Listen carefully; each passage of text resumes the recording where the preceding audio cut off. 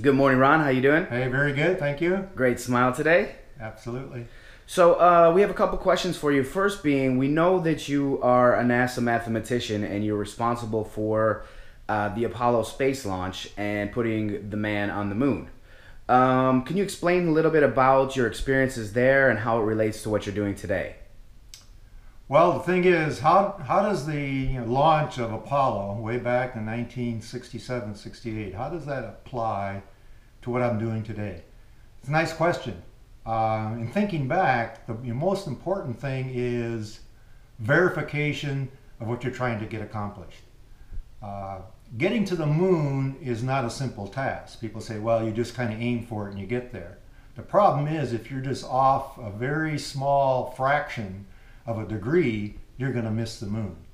In doing that, one of the things that I had to do was to make sure that, I'll call it the analysis of the communications that was occurring between the spacecraft and all the Earth's tracking stations, together with Houston, because the data all came from all the tracking station, was transmitted back to Houston, and then was displayed and used by all the people sitting at their screens, watching all the information and tracking what was happening.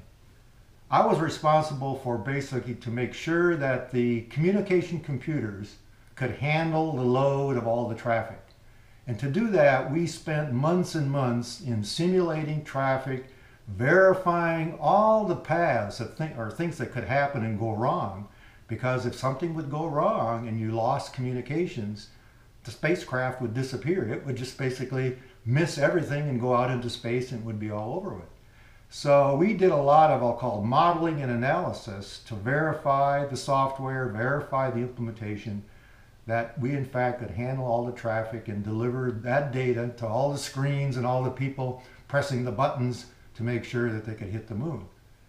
Now as I look at that, I've carried that, I'll call it that type of analysis with me all the time. I've done that since I graduated from college with a degree in mathematics. I've been very precise, always looking at the data in different ways to try to find out, is this correct?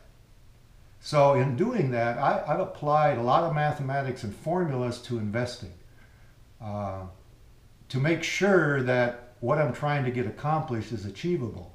Because you can in fact model the stock market, you can model the economy, and you can kind of throw what if questions. What if this happens? What's the outcome? What is the potential outcome? So I've used that kind of technology and analysis and applied it to the investment process. And over the years I've been able to refine that analysis to the point where now the fact that we have very high speed computers, you can crunch a lot of data. I mean, you have a bigger computer in your iPhone than we had at NASA on the whole spacecraft. You have more compute power in your phone. So now we have the opportunity to really crunch a lot of data, do a lot of analysis, and that is going to give everyone an edge in the market on the things that we are developing to allow us to now make sure that we come out with what we call a winning signal, an opportunity to do an investment.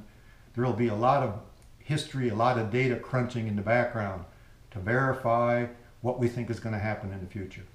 So that's how I applied those capabilities, and I'm still working, even at my age, I'm still doing this every day in the sense that I like to apply the new technology that's available to make solve the problem in new ways to get better data. So that's where we are today.